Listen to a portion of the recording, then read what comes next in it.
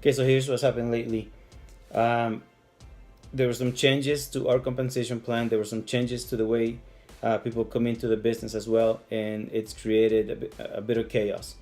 It's made things harder. If you, I mean, it always when things cost more, it's always harder, and that's the perception that the more something costs, the harder it is. And so, what do you do when companies do this? There's you can just go along with it. A lot of times their cost of goods go up, and you can't expect to pay the same price for everything the rest of your life. I mean, heck, how much did you pay for your first iPhone? How much did you pay for your first flip phone, compared to what you're paying for phones now? First iPhone, was just a few $100s. The latest iPhone is basically $1,000, right? So things go up in price, just you deal with it. But it's created a lot of chaos amongst my team, and now we got to find the solution.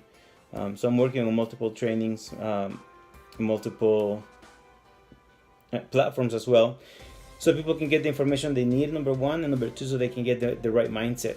It's all about mindset. There's nothing you can do about it sometimes. It's just how you look at it.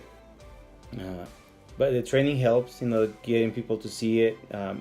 Teach them about value. Again, the reason why you're paying $1,000 for your phone now, where you may not have paid $400 for it, a few years ago, is because the value of the phone has changed. The things that it can do now, it has changed, right? It's not even about which one looks the coolest. It's just about what the phone can do, what you can do with your phone. The value that the phone adds to your life now. That's the main difference. So how do you teach people the right value? How do you teach people to talk about value rather than price, and to create that perception? Well, first of all, the value is there, and I believe that we have the value, and there's not a big deal. And so you just got to put in the work and train people. You can't do it without your team. You can't. You got to be able to bring them up. They'll get down. You got to be able to bring them up. You have to be able to motivate them to change their perspective, because a lot of times it's just perspective, it's just mindset. You have to be able to. And so that begins with you. It begins with you and your attitude, what you're putting into your mind, what you're putting into your into your brain, to help with your attitude. It's all about that. So but anyways, that's what's been going on. It's been hard. It's been really hard. People just don't like change. People don't like, especially something that can be perceived as a bad change. They don't like it, and it's normal. It's obvious, but it's hard. However, I've bet too big on this. I have no choice. I have to make this work. I have to. I just have to. And I've already invested way too much time. I mean, I left big salaries in the corporate world for this. So there's no going back. I gotta make this work. All right, the end of the year is here, and it's time to see what I've learned. It's time to see if I can put into words what I have learned.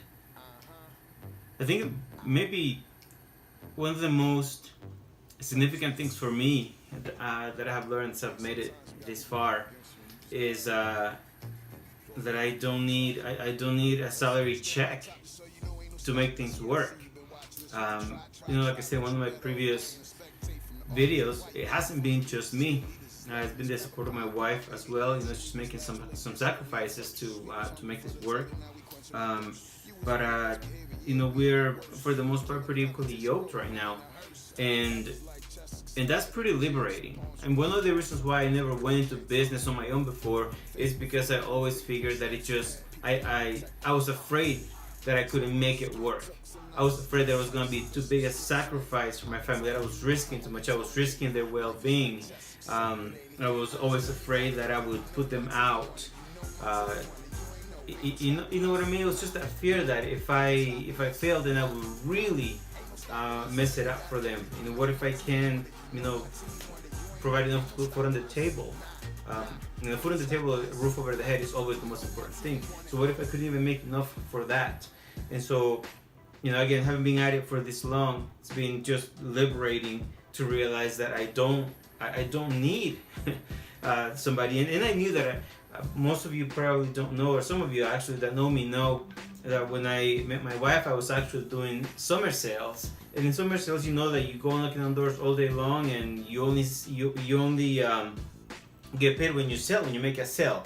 That's your only type of compensation. And so that's probably the first time when I learned that I really don't need anybody, right, to sign the check from. It's always nice when somebody can give you a nice paycheck at the end of 2 weeks. But I remember that was the first time that I said, wow, I really, if things, push come to shove, I can just go knock on doors. I can get a product, go knock on doors, and I can make things work, and I can make things happen. However, when you have a big check to replace, all you can think is how do you make that happen, right? You're used to this much. What if you can only come up with this much? But this is what you want. And so the other thing that I've learned is that even though you're used to this and this is really, really nice, sometimes you don't need all of that. Sometimes this is enough. If you're smart, this is enough, and this can actually buy you more happiness than this can. Because of your time, your freedom, and the things that you are able to do when you are right here.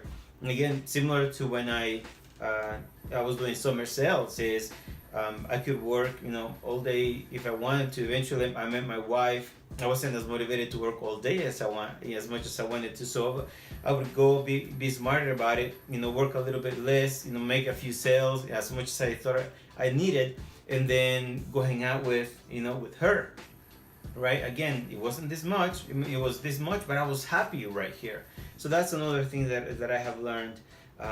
It's been a very eye-opening, almost 12 months, and so